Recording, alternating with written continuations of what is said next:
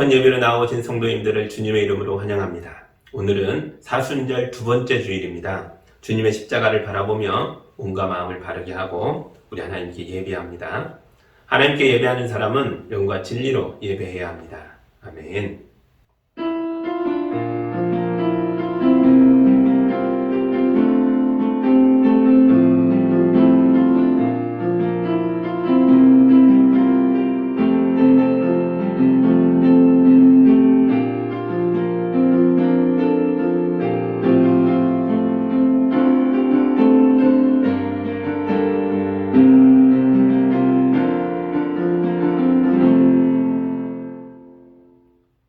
사랑의 하나님 아버지, 오직 은혜로 우리에게 예수님을 주셔서 감사합니다.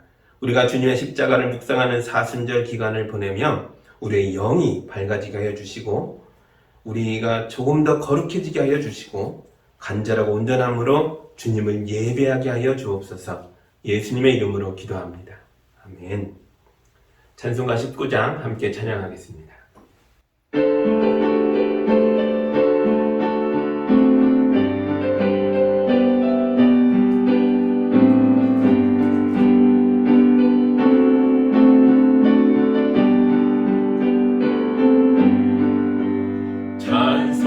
찬송하는 소리 있어 사람 기뻐하도다. 하늘 아버지의 이름 거룩하도다. 세상 사람 찬양하자.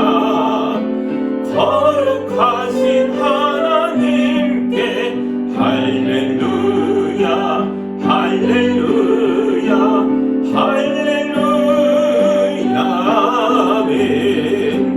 하나님의 나라 권세 영원토록 있도다.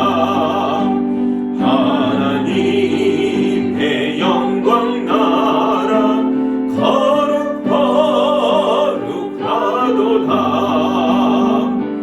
하늘 보좌 계신 주님 세상 주관하시도다. 할렐루야 할렐루야 할렐루야 아멘. 하나님의 크신 섭리 그 뜻대로 되도다. 우리 아버지의 뜻은 거룩하도다. 주여 속히 임하셔서 기쁜 나를 주옵소서. 할렐루야 할렐루야 할렐루야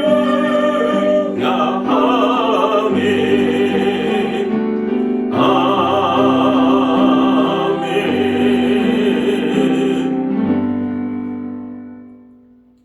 우리의 마음을 모아서 함께 기도할 때 우리 한 주간의 삶을 되돌아보며 거룩한 예배자로 서기에 부끄러운 것들이 있다면 다 고백하고 용서받는 기도를 함께 드리겠습니다.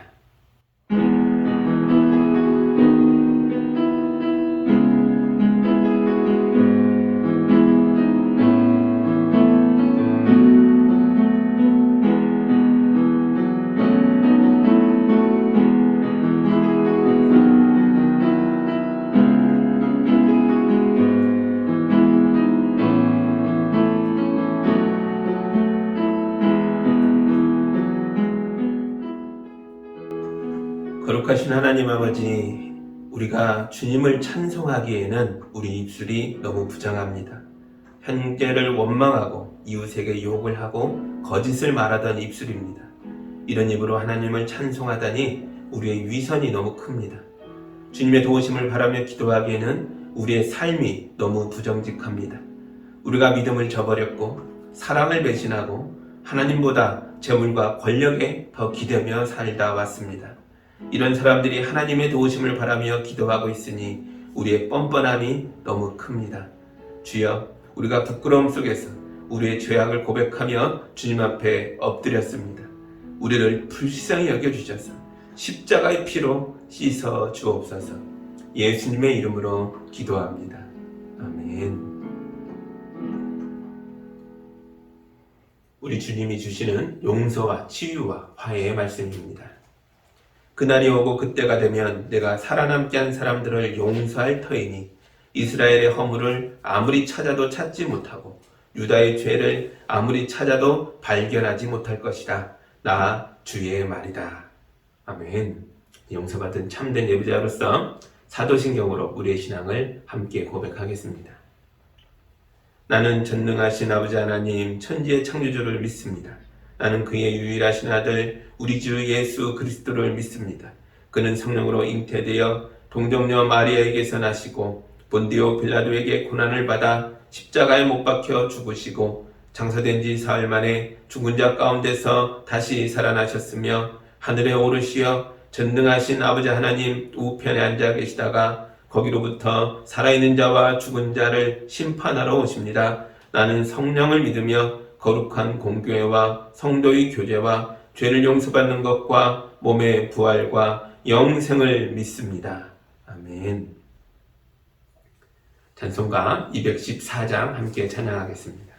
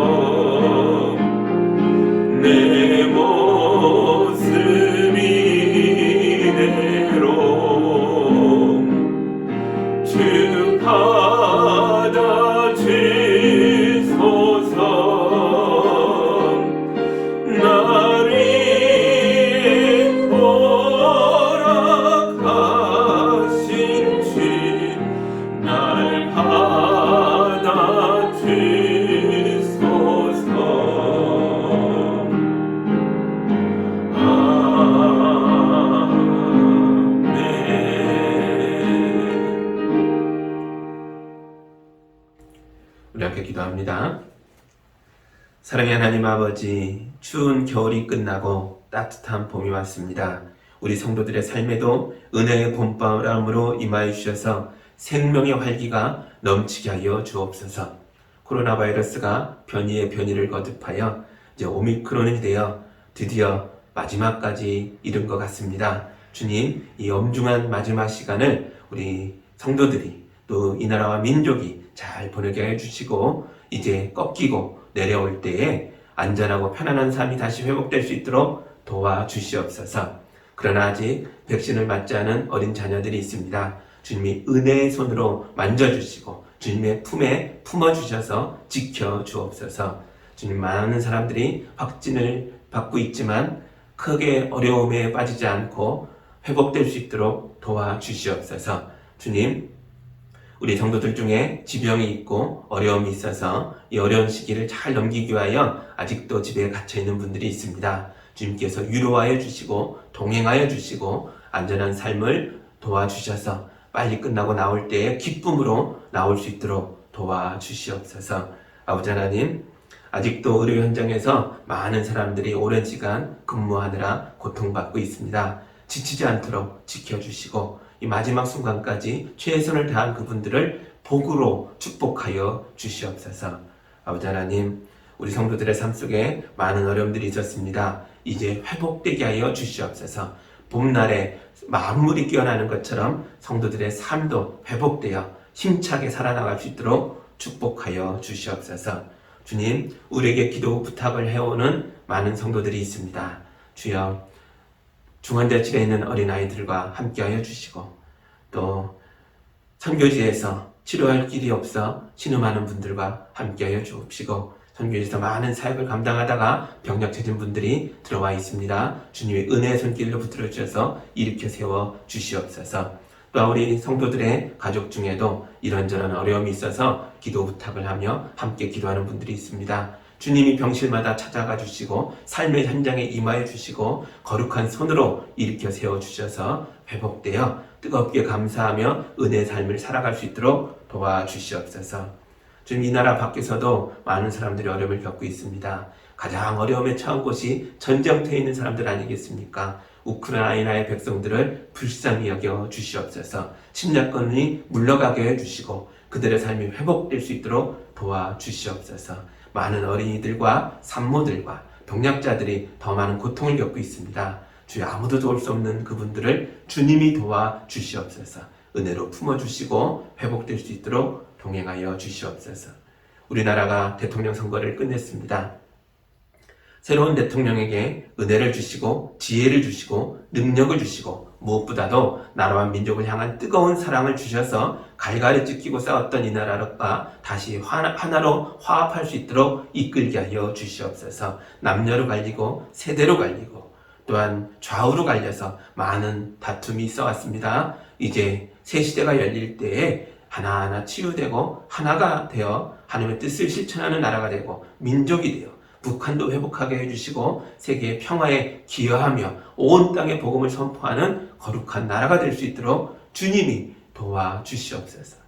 우리는 끝까지 기도하며 협력할 수 있도록 이 땅의 교회들과 함께하여 주시옵소서.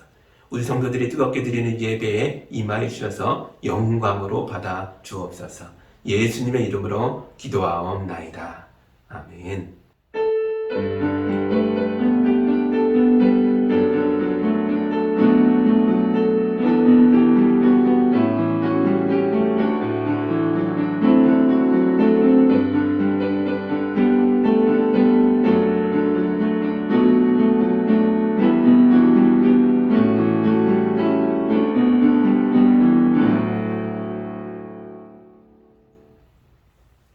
하나님 말씀 같이 보겠습니다. 오늘 우리에게 주시는 하나님 말씀은 출애굽기 4장 18절부터 31절까지의 말씀입니다. 주님의 말씀을 봉독할 때 여러분도 함께 보시기 바랍니다. 모세가 그의 장인 이드로에게 돌아가서 이렇게 말하였다. 저는 이제 떠나야겠습니다. 이집트에 있는 친족들에게로 돌아가서 그들이 아직도 살아있는지를 알아보아야겠습니다. 이드로는 모세에게 편안히 가라고 하면서 작별을 하였다. 주님께서 미디안에서 모세에게 말씀하셨다. 이집트로 돌아가거라. 너의 목숨을 노리던 사람들이 모두 죽었다. 그래서 모세는 아내와 아들들을 나귀 등에 태우고 이집트 땅으로 돌아갔다. 그때 모세는 손에 하나님의 지팡이를 들고 있었다. 주님께서 모세에게 말씀하셨다. 내가 너에게 이적을 행할 능력을 주었으니 너는 이집트로 돌아가거든 바로의 앞에서 그 모든 이적을 나타내 보여라.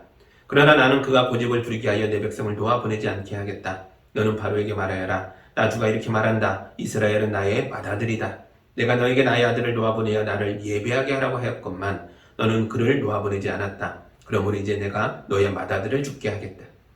모세가 길을 가다가 어떤 숙소에 머물러 있을 때에 주님께서 찾아오셔서 모세를 죽이려고 하셨다. 십보라가 부싯돌 칼을 가지고 제 아들의 포피를 잘라서 모세의 발에 대고 당신은 나에게 피난편입니다 하고 말하였다.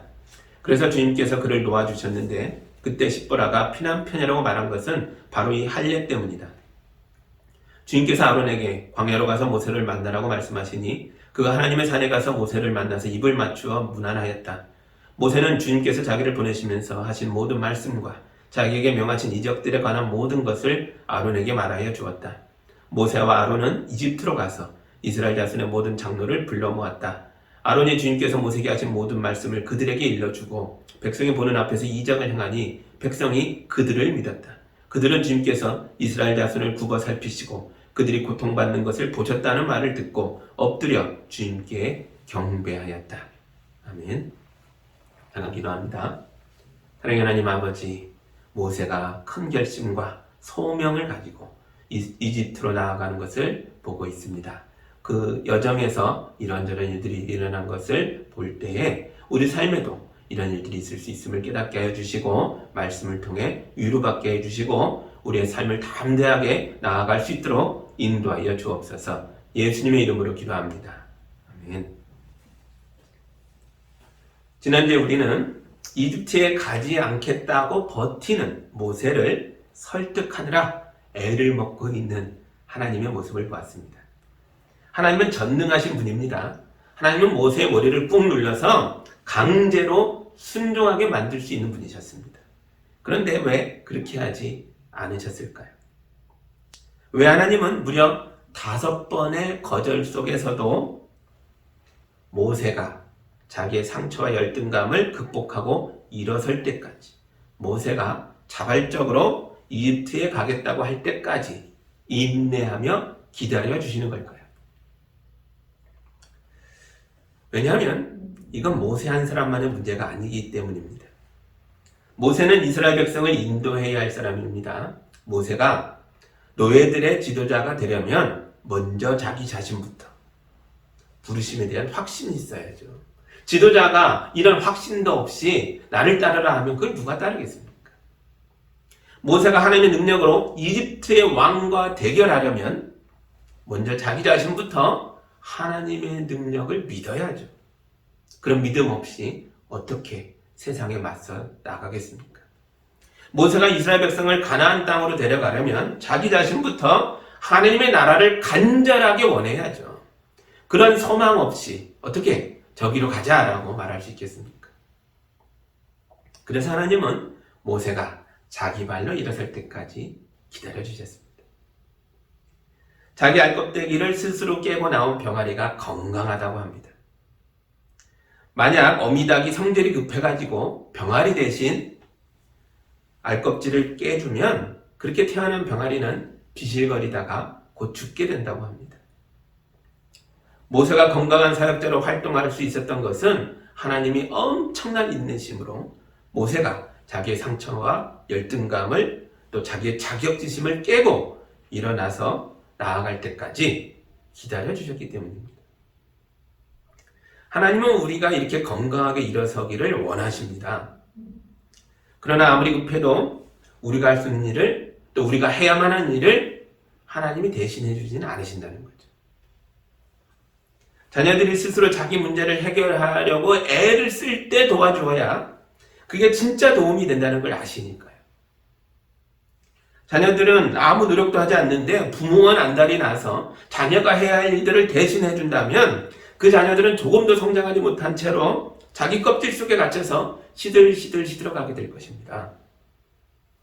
여러분, 우리는 스스로 내 인생의 어려움들을 깨고 나오려고 몸부림쳐야 합니다. 만물에는 다 때가 있습니다.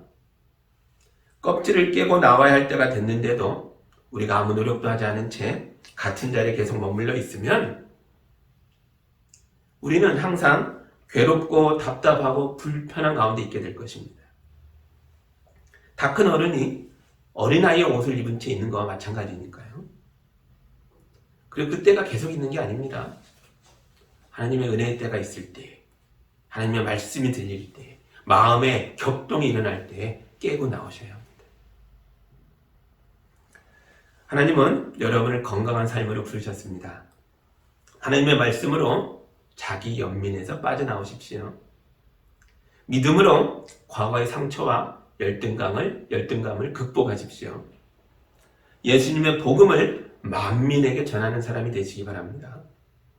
그러면 여러분이 바로 우리 시대의 모세가 될 것입니다.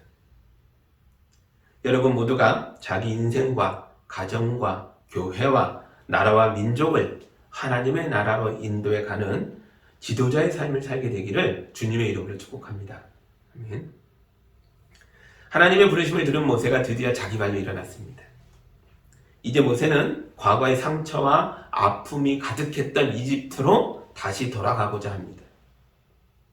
오늘 읽은 말씀은 모세가 이집트로 가는 여정 중에 그 여행길 중에 일어났던 여러 가지 일들을 보여주고 있습니다. 먼저 첫 번째 이야기입니다. 18절입니다. 모세가 그의 장인 이드로에게 돌아가서 이렇게 말하였다. 저는 이제 떠나야겠습니다. 이집트에 있는 친족들에게로 돌아가서 그들이 아직도 살아있는지를 알아보아야 하겠습니다.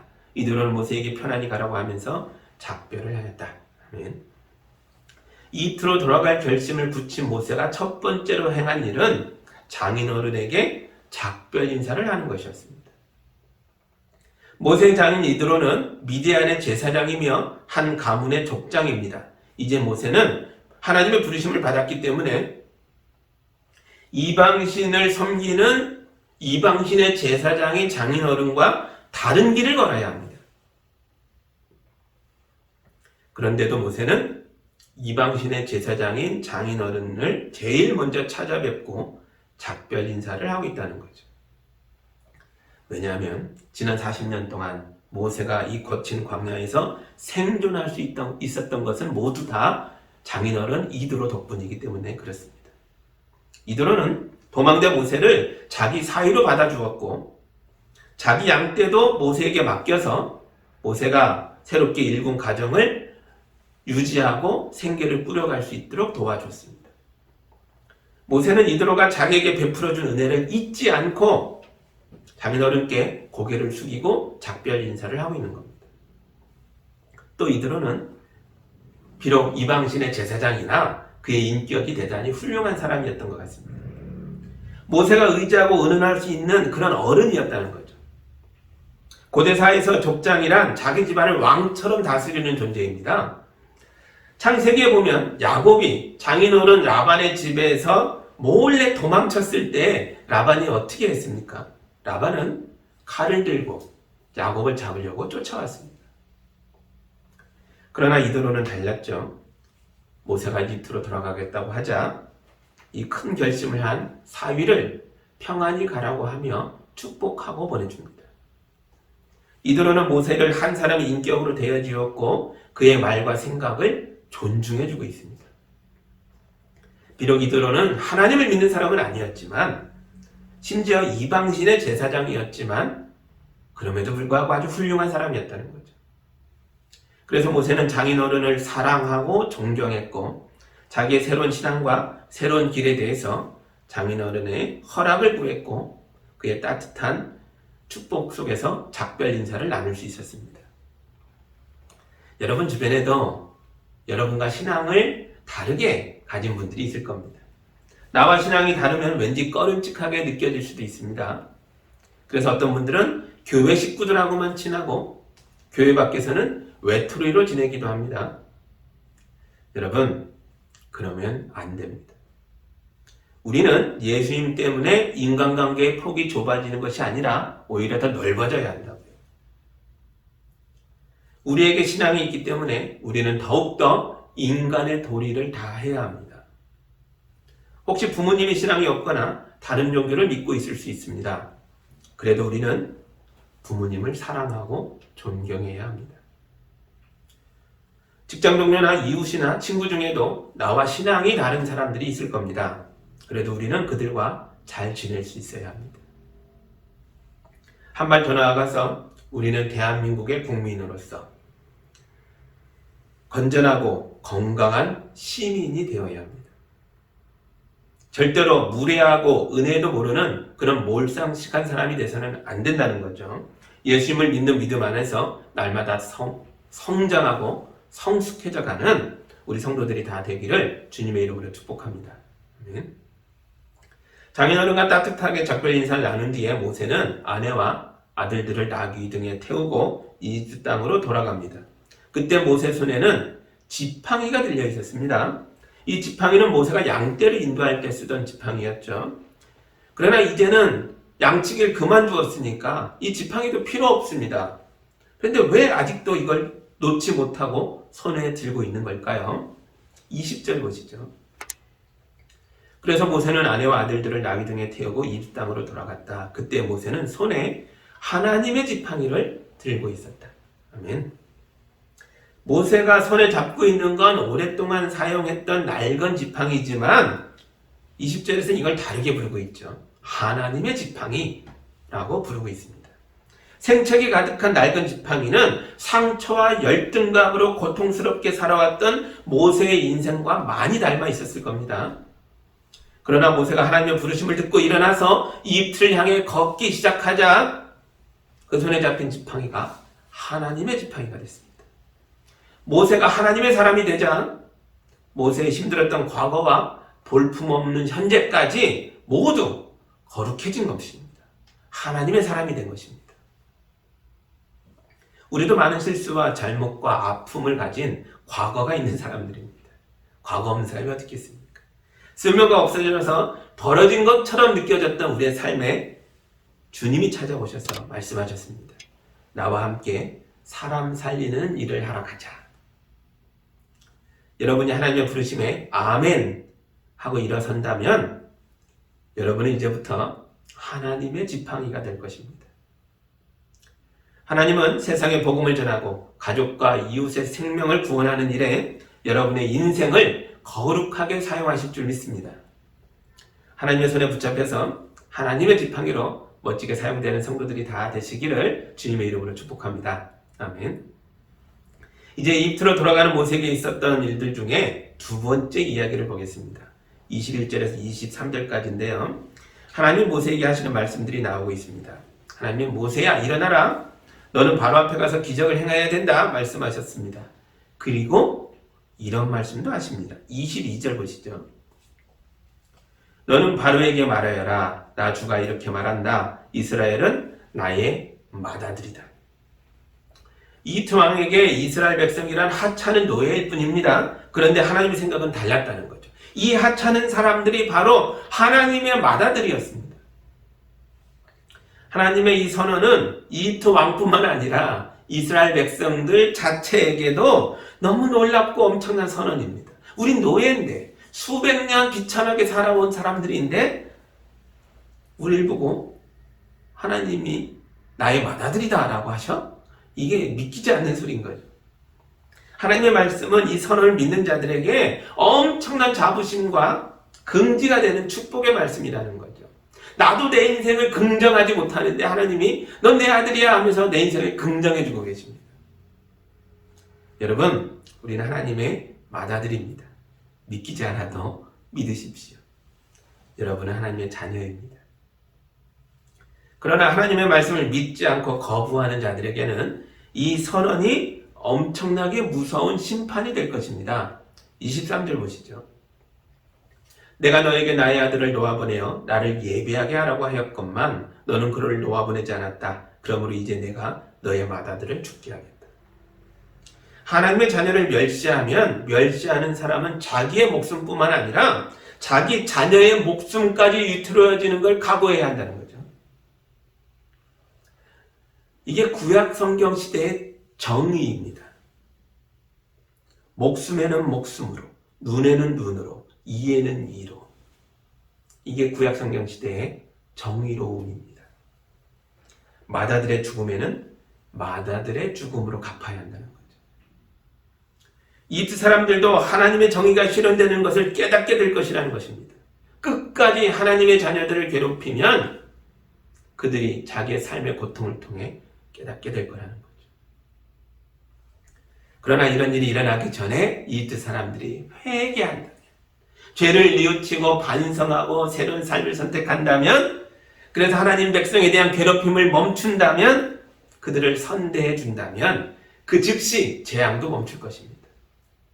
그건 요나서가 잘 보여주고 있지 않습니까? 아시리아의 수도 니느웨가 이스라엘 백성을 괴롭혔을 때에 하나님이 요나를 보내서 심판을 선포하게 합니다. 요나가 이 성이 다 무너지리라, 다 죽게 되리라 선언할 때에 니느웨의 왕과 백성이 다 집 가운데 앉아 회개했습니다.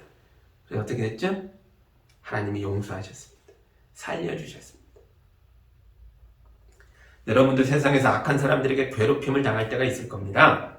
너무 괴롭고 힘들어도 그걸 여러분의 손으로 갚아주려고 하지 마시고 그들을 위해서 기도해 주십시오. 만약 그들이 회개하지 않으면 하나님의 심판대 앞에서 그들이 겪어야 할 고통은 상상할 수도 없을 정도로 매우 끔찍할 것이니까요. 죄인들에게 내려지는 최후의 심판은 영원한 고통이 될 것입니다. 우린 그걸 알기에 그들을 위해서 기도해야 하는 거죠. 이제 세 번째 이야기입니다. 모세 가족이 나귀를 타고 이집트로 가고 있습니다. 그런데 이집트가 너무 멀었기 때문에 길을 가다가 중간에 어떤 숙소에 머무르게 된 것 같습니다. 그때 너무너무 이상한 일이 일어났습니다. 하나님이 모세를 죽이려고 하신 겁니다.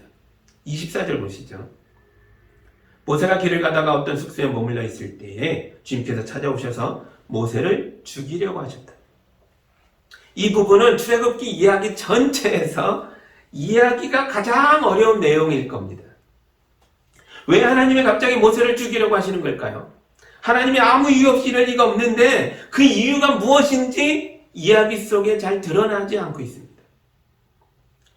저도 유명한 학자들이 하신 말씀들을 다 찾아보려고 애를 써봤는데 그 중에 그들이 이런저런 이야기를 막 하고 있는데 마음에 와닿는 게 하나도 없더라고요.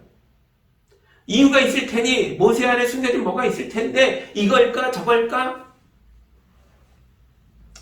그런데 그 중에 어떤 학자가 아주 조심스럽게 이런 말을 했습니다. 아마도 길에서 모세가 중병에 걸렸던 것이 아닐까 싶다. 그 병이 너무 깊어 당장 생명을 잃어도 하나도 이상하지 않을 만큼 아주 위중한 상태였던 것 같다. 모르죠. 어떤 방식으로 하나님의 심판이 또는 죽음이 임했는지 모르겠지만 그 학자는 그렇게 말했는데 조금 공감이 되더라고요. 모세가 하나님의 음성을 들었고 기적도 체험했고 하나님의 지팡이도 손에 잡고 있었지만 그럼에도 불구하고 이집트로 돌아가는 길에 죽을 위기에 처했습니다. 몸에 중병이 들고 죽어가고 있습니다. 모세가 자기 몸을 돌보지 않고 혹사해서 이렇게 됐을까요? 이집트로 가는 게 마음은 가겠다고 했는데도 속으로 너무 스트레스가 돼서 피폐해져서 중간에 쓰러진 걸까요? 아니면 우리가 모르는 숨겨진 죄악 때문에 하나님이 심판하고 있는 걸까요? 잘 모르겠습니다. 우리는 이 말씀을 통해 알 수 있는 건 하나님의 부르심을 받은 사람도 자기 소명을 이루려고 나아가는 길 중간에 이렇게 죽을 수도 있다는 겁니다. 저도 비슷한 일을 겪은 적이 있습니다. 제가 하나님의 말씀에 순종하여 신학교에 갔을 때에 아주 심하게 아팠습니다. 그때 너무 억울한 생각이 들더라고요. 내가 부르심에 순종해서 내가 살고 싶었던 삶을 내려놓고 손해보고 희생하면서 살겠다고 신학교까지 왔는데 왜 내가 아파야 합니까? 왜 하나님은 나를 이렇게 죽을 만큼 아프게 합니까? 원망도 생겼습니다. 아마 모세도 그랬을 것 같아요. 여러분, 이게 바로 하나님의 사람들이 빠지기 쉬운 위선의 함정입니다. 하나님, 제가 그거 해드릴게요. 그러니까 저에게 고마운 줄이나 아세요. 이런 마음으로 하나님의 일을 한다는 거죠. 나는 저렇게 될 수 있고 저렇게 훌륭한 거 좋은 거 다 할 수 있는데 포기하고 하나님을 하잖아요. 하나님이 하라고 해서 어쩔 수 없이 하고 있잖아요. 하나님 나한테 고마운 줄 아세요? 이 마음으로 사람들을 어떻게 대하겠습니까? 하나님의 자녀들을 돌봐야 하는 그 삶의 현장에서, 목회의 자리에서, 사명의 자리에서 어떻게 하겠습니까? 너네 나한테 고마운 줄 알아요. 나 이런 일 할 사람 아닌데 내가 해주고 있잖아. 이런 마음으로 일하면 하나님의 일을 하면서도 자기 희생에 대한 대가를 받아내려고 할 겁니다. 이런 사람이 지도자가 되면 안 되겠죠. 이런 사람은 이집트의 노예들을 해방하면서 해방된 노예들을 자기 노예로 만들 사람입니다. 하나님의 일을 하고 성도들을 섬긴다면서 이 하나님의 성도들을 자기 사람으로 만들 사람입니다. 대가를 요구할 사람입니다. 이런 사람은 하나님 쓸 수가 없습니다. 저는 신학교를 일찍 갔습니다. 그런데도 목사 안수는 동기들보다 10년 정도 늦게 받았거든요. 지금 생각해보면 제가 제 안에 있는 교만과 위선을 다 털어낼 때까지 하나님께서 기다려주신 것 같습니다. 여러분 안에 숨겨진 것들을 털어내십시오. 그래야 하나님이 일을 할 수 있습니다. 모세가 갑자기 죽어가고 있는 것을 보면서 모세의 아내 십보라도 고민에 빠졌을 겁니다. 도대체 우리 가정에 무슨 죄가 있기에 모세가 갑자기 죽게 되는 걸까? 십보라는 생각하고 또 생각했을 겁니다. 그러다가 생각난 게 할례였습니다. 아들이 태어나면 난지 8일 만에 포피를 잘라서 할례를 행해줘야 하는데 미디안 사람들에게는 이 할례 풍습이 없었던 것 같습니다. 모세의 아들들은 할례 받지 않은 채 살고 있었던 거죠. 십보라가 우리 집안의 죄악이 이거구나 라고 생각했고 그 즉시 이 죄를 해결하는 행동을 실천으로 옮겼습니다. 날카롭게 갈린 돌칼로 어린 아들의 포피를 잘라가지고 피 뚝뚝 떨어지는 걸 모세 발에 대고, 사실 발이 아니라 모세 생식기입니다. 거기다 대고 당신은 나의 피난편입니다 라고 고백합니다. 아들의 인권을 생각하면 있을 수 없는 일이지만 엄청나게 문제적인 행동이지만 구약 성경 시대에는 그들의 문화 속에선 그럴 수 있는 일이었습니다. 성경은 이 일에 대해서 아무런 설명도 하지 않고 그 어떤 해석도 내려주지 않습니다. 대신 결과만 말해줍니다. 26절입니다. 그래서 주님께서 그를 놓아주셨는데 그때 십보라가 피난편이라고 말한 것은 바로 이 할례 때문이다. 아멘. 너무 이상하고 수수께끼 같은 내용이지만 어쨌든 십보라의 행동 때문에 이 덕분에 죽어가던 모세가 다시 살아났습니다. 저는 할례에 대해서 길고 긴 설명을 생략하겠습니다. 대신 십보라가 모세를 살렸다는 것에 집중하시기 바랍니다. 하나님은 모세를 부르셨고 모세는 부르심에 순종하여 이스라엘 백성의 지도자가 되려고 가고 있습니다. 그런데 위대한 모세의 배후에는 십보라의 희생과 순종이 있었습니다. 모세의 이름에 가려져서 십보라의 이름이 몇 번 나오지도 않지만 그러나 모세에게 십보라가 없었다면 모세는 사역을 시작하지도 못한 채 길에서 죽고 말았을 겁니다. 사실 십보라만이 아닙니다. 모세를 도와준 많은 여인들이 있죠. 하나님을 두려워했던 산파들이 있었기에 모세가 살았습니다. 모세를 숨겼던 어머니 요게벳이 있었기 때문에 살았습니다. 갈대상자에 담긴 모세를 지켜봤던 누나 미리암이 있었기 때문에 살았습니다. 이 아기를 자기 양자로 삼았던 이집트 공주가 있었기 때문에 모세가 살았습니다. 그리고 십보라 덕분에 살았습니다. 이 많은 여인들 중에 단 하나라도 빠지게 되면 모세는 없었을 겁니다. 내가 잘나서 하나님의 일을 하고 있는 게 아니라는 거죠. 수많은 사람들의 도움 속에서 내가 서 있는 겁니다. 피가 흘러 생명이 살아납니다. 생명이 생명을 구원합니다. 이렇게 살아난 모세이기에 모세가 이스라엘 백성을 위하여 자기 목숨도 걸 수 있게 된 거죠. 내 목숨에 많은 사람들의 목숨이 걸렸다는 걸 알기에 하나님과 백성 사이의 중보자가 될 수 있었습니다. 이 일은 또 십자가에서 죽으신 예수 그리스도를 생각나게 합니다. 하나님의 맏아들이신 예수께서 죽으심으로써 그 피가 이 땅에 흐름으로써 땅의 자식이요 마귀의 자식이었던 우리가 구원을 받아 하나님의 자녀가 될 수 있었습니다. 우리가 그냥 당연히 하나님의 자녀가 된 게 아니라고요. 하나님의 아들 예수께서 피 흘려 죽으셨기에, 그 피가 우리에게 발라졌기에 우리가 살아난 것입니다. 당연한 권리라고 생각하지 마십시오. 이 사순절 기간 예수님의 십자가를 묵상하십시오. 그 피가 나를 살렸고 나를 구원하였고 나로 하여금 하나님의 일을 할 수 있는 존재가 되게 했습니다. 여러분이 지금 살아있는 건 누군가가 여러분을 위해 희생해 주었기 때문입니다. 그러므로 여러분도 또 다른 누군가를 위하여 중보자가 되어주시기 바랍니다. 우리의 생명이 바쳐질 때에 내 가족과 이웃이 살아나게 될 것입니다. 이제 이집트로 가는 여정의 마지막 이야기입니다. 모세가 가족과 함께 이집트 국경 근처까지 왔습니다. 이 시대 국경이란 줄이 쳐져 있는 철조망 이런 게 아니고 그냥 광야입니다. 넓은 강, 또 황량한 광야, 이게 자연적인 국경 역할을 하고 있는 거죠. 사람이 살 수 없을 정도로 황량한 광야가 이집트와 이집트 아닌 곳을 구분하고 있는 그곳에, 아무도 없어야 정상인 그곳에 너무 놀랍게도 모세를 기다리고 있는 사람이 있었습니다. 27절 보시죠. 주님께서 아론에게 광야로 가서 모세를 만나라고 말씀하시니 그가 하나님의 산에 가서 모세를 만나서 입을 맞추어 문안하였다. 아멘. 모세의 형 아론이 광야에서 기다리고 있었습니다. 하나님이 아론을 보내신 겁니다. 여러분, 우리가 하나님의 일을 할 때 이런 일들을 경험하게 될 것입니다. 우리가 막연하고 외롭게 이 길을 가는 것 같지만 우리가 믿음으로 첫발을 떼고 앞으로 나아가고 있기만 하면 그곳에 하나님이 보내신 동력자가 기다리고 있을 것입니다. 많은 짐을 길에 쌓아놓은 채 쳐다만 보고 있는 사람이 있습니다. 한숨만 푹푹 쉬고 있는데 길을 가던 사람이 아무도 도와주지 않는 거예요. 그러나 그 무거운 짐들을 묵묵히 옮기고 있는 사람이 있습니다. 그러면 지나가던 사람들도 야, 저 힘들겠네. 그리고 와서 도와주는 거죠. 동력자가 없어서 일을 못하는 게 아닙니다. 우리가 가만히 있기 때문에 아무도 도와주지 않는 겁니다.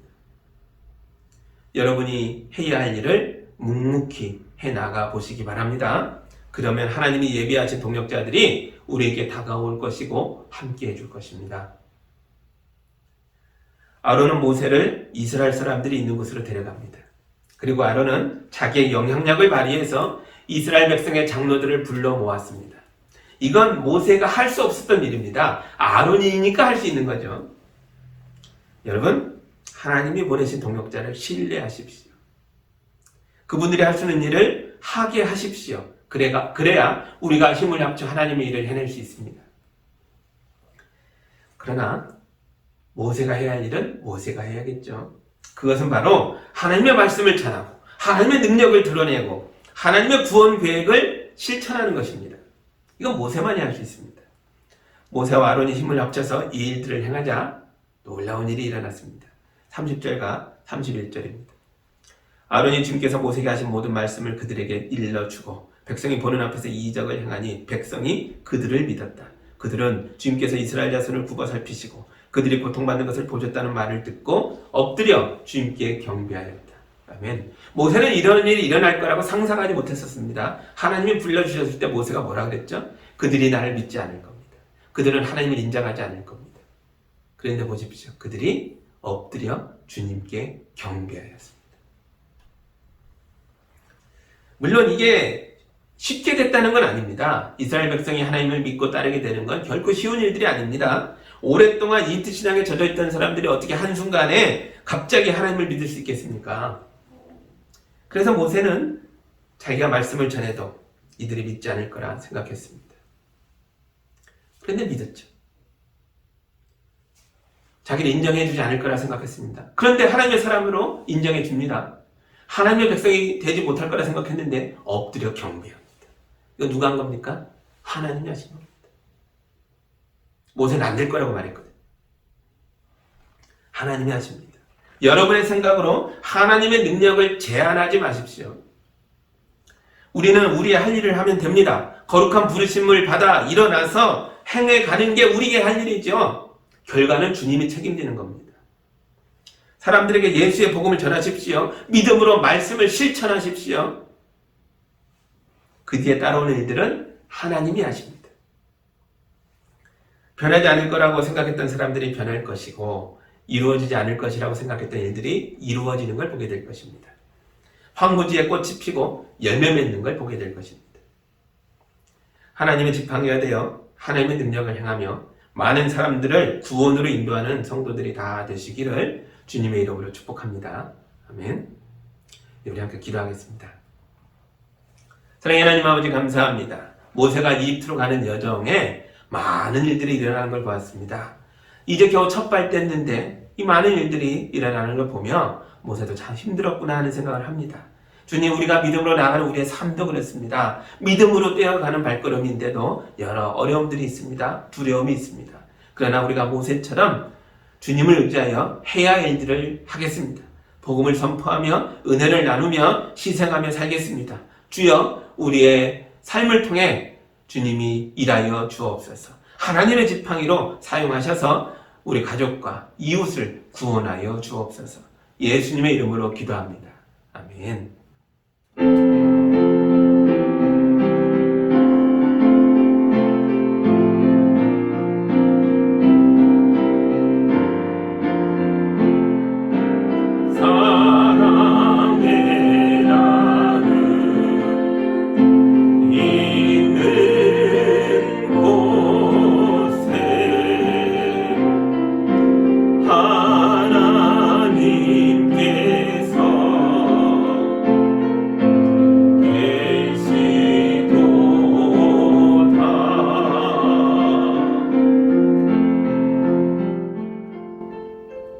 사랑의 하나님 아버지, 우리 성도들을 축복하시고 이 땅에서 수고하고 애쓰는 모든 것들이 은혜의 열매가 되도록 인도하여 주셔 감사합니다. 성도들이 거룩한 예물을 올려드렸습니다. 이 귀한 예물을 통해 영광 받아 주옵시고 주님의 교회가 든든히 세워지게 하시고 이 땅을 살아가는 어렵고 힘든 사람들을 위로하며 일으켜 세우고 도와주는 일에 거룩하게 쓰이게 하여 주옵소서. 우리 성도들 연약해지지 않도록 주님이 붙들어 주시고 건강을 잃은 자들을 회복시켜 주시고 마음이 무너진 자들을 은혜로 일으켜 세워 주시며 하는 일마다 복되게 열매 맺도록 축복하여 주옵소서. 예수님의 이름으로 기도하옵나이다.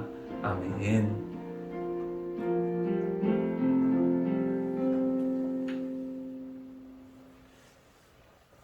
할렐루야. 한 주간에도 은혜 가운데 잘 사시면서 주님이 나에게 주신 사명이 무엇일까 생각하고 실천하는 삶을 살아가시기 바랍니다. 주님께서 하나님의 지팡이로 여러분의 삶을 사용하여서 귀한 열매들을 많이 맺도록 인도하여 주실 줄 믿습니다. 아멘. 우리 마지막 찬양 힘있게 일하고 힘있게 부르고 우리의 삶으로 나아가겠습니다.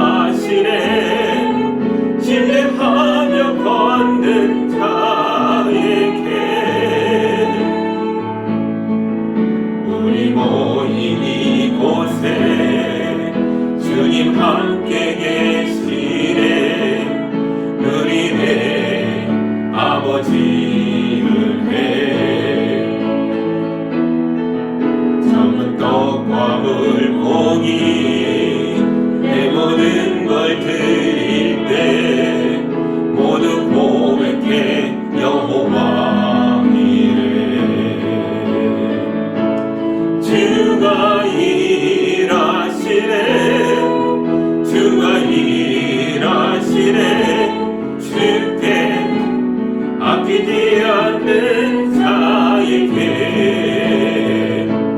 주가 일하시네 주가 일하시네 신뢰하며 걷는 자에게 주가 일하시네 주가 일하시네 주께 아끼지 않는 자에게 주가 일하시네 주가 일하시네 신뢰하며 걷는 자에게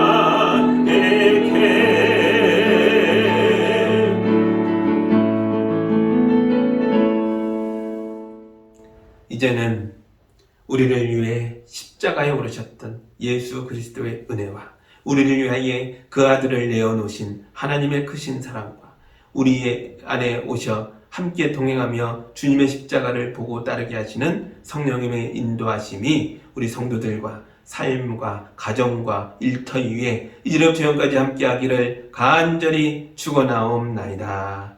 아멘.